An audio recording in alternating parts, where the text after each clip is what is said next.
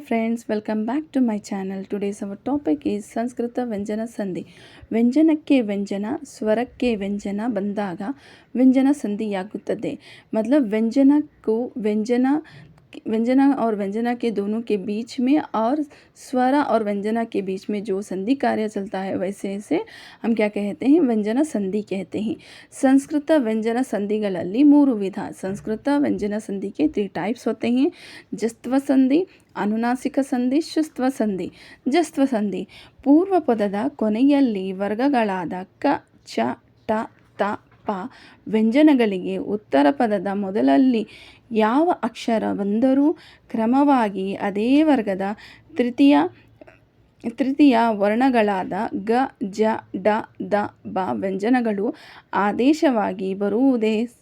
ಆದೇಶವಾಗುವ ಸಂಧಿಯೇ ಜಸ್ತ್ವ ಸಂಧಿ ಎಂದು ಕರೆಯುತ್ತಾರೆ. मतलब पूर्व पदದ ಕೊನೆಯಲ್ಲಿ यहाँ पे देखिए पूर्व पदದ ಕೊನೆಯಲ್ಲಿರುವ ಕ, ಚ, ಟ, ತ, ಪ ವ್ಯಂಜನಗಳಿಗೆ ಉತ್ತರ ಪದದ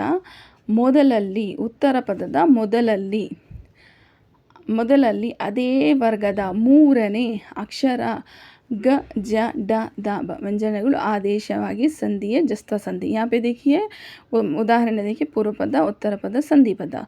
वाಕ್ प्लस देवी, यहाँ पे का है.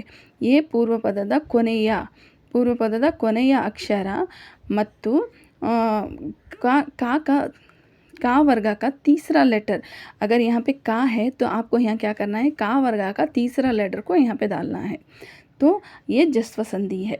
का वर्गा वाक प्लस देवी, वाक देवी. क, ख, ग कौन सा है, ग तीसरा. का वर्गा का तीसरा लेटर कौन सा है, ग है. यहाँ पे अच प्लस अंता, अजंता. चा वर्गा का तीसरा लेटर कौन सा है, जा, अजंता. च, छ, जा. षट प्लस अनना, षड्डानना. डा वर्गा का तीसरा लेटर कौन सा है, षड्डा, डा, ट, ट, डा, षड्डानना. इसी को आदेशवागी का वर्ग के प्लेस पर हमें गा को ऐड करना, चा के प्लेस पर जा को ऐड करना. उसी वर्ग के तीसरे लेटर को, चाहे वो का वर्ग का हो, ता वर्ग का हो, पा वर्ग का हो, उसी वर्ग के तीसरे लेटर को ऐड करने को हम क्या कहते हैं, जस्त्व संधि कहते हैं. अब हमारा दूसरा टॉपिक है अनुनासिक संधि.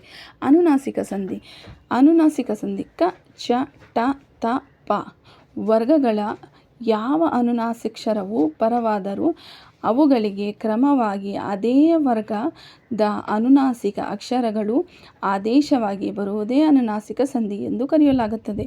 मतलब अनुनासिक नाम सुनते ही हमें पता चलता है कि अनुनासिक अक्षरಗಳು कौन से हैं, अनुनासिक लेटर्स कौन से हैं. लास्ट के जो 5 लेटर्स होते हैं, अनुनासिक लेटर्स कितने होते हैं, 5 लेटर्स होते हैं. निया, कक, गग, न्या, न्या, न, ना, मा. ये 5 लेटर्स अनुनासिक लेटर्स होते हैं. यहाँ पे क्या कह रहे हैं, का, चा, टा, ता.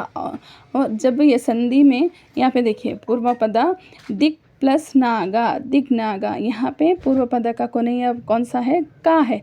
का के प्लेस पे हमें उसी वर्गा का न्या अनुनासिक पद आए तो, अनुनासिक लेटर आए तो, अनुनासिक अक्षर आए तो हमें ये समझना चाहिए कि ये अनुनासिक संधि है. षट प्लस मासा, क्षण मासा. यहाँ पे देखिए टा, टट्टा, डडा, ना. यहाँ पे ना आया. चत प्लस मूला, चिन मूला. यही ये का वर्गा का जो लास्ट का अनुनासिक कक्का, गग्गा, न्या. टा वर्गा का टट्टा, डड्डा, ना. ता वर्गा का तत्ता, दद्दा, ना. शिट प्लस मूला, शिन मूला. इस तरह के लेटर्स को, इस तरह के वर्ड्स को हम क्या कहते हैं, इस तरह के संधि को हम क्या कहते हैं, अनुनासिक संधि कहते हैं. ಜಸ್ತ್ವ ಸಂಧಿ ಪೂರ್ವ ಪದದ ಕೊನೆಯಲ್ಲಿ ಸಾಕಾರವಾಗಲಿ ತಾಕಾರವಾಗಲಿ ಇದ್ದು ಸಾಕಾರವಾಗಲಿ ತಾಕಾರವಾಗಲಿ ಇದ್ದು ಉತ್ತರ ಪದದ ಮೊದಲಲ್ಲಿ ಕ್ರಮವಾಗಿ ಶೇಕಾರವಾಗಲಿ ಚಾಕಾರವಾಗಲಿ ಬಂದರೆ ಶೇಕಾರ ಚಾಕಾರಗಳು ಆದೇಶವಾಗಿ ಬರುತ್ತದೆ. यहाँ पे क्या कह रहे हैं, पूर्व पद में अगर साकारा चाहे ताकारा हो तो उसकी साकारा के प्लेस पर नहीं तो सा या ताकारा हो तो उस पे शे नहीं तो चाकारा के वर्ड्स आते हैं। मतलब सा या ताक में यहाँ पे देखिए पूर्व पदा, उत्तर पदा, संधि पदा। यहाँ पे देखिए ताकारावागली ता है, यहाँ पे ता के प्लेस पे कौन सा चाक, ता के प्लेस पे हमें चा को ऐड करना है। यहाँ देखिए शरत प्लस चंद्रा, शरत चंद्रा, बृहत प्लस छत्रा, बृहत छत्रा, ठीक है ना। ता के प्लेस पे हमें कौन सा ऐड करना है, चा को ऐड करना है। सत प्लस चित्रा, सचित्रा, सचित्रा। ता के प्लेस पे हमें क्या करना है, चा को ऐड करना है। इसे वो ऐसी संधि को हम क्या कहते हैं, चुस्त्वा संधि कहते हैं। आज के टॉपिक में बस इतना ही। अगर आपको मेरा वीडियो पसंद आए तो लाइक करें, शेयर करें, सब्सक्राइब करें। Thank you.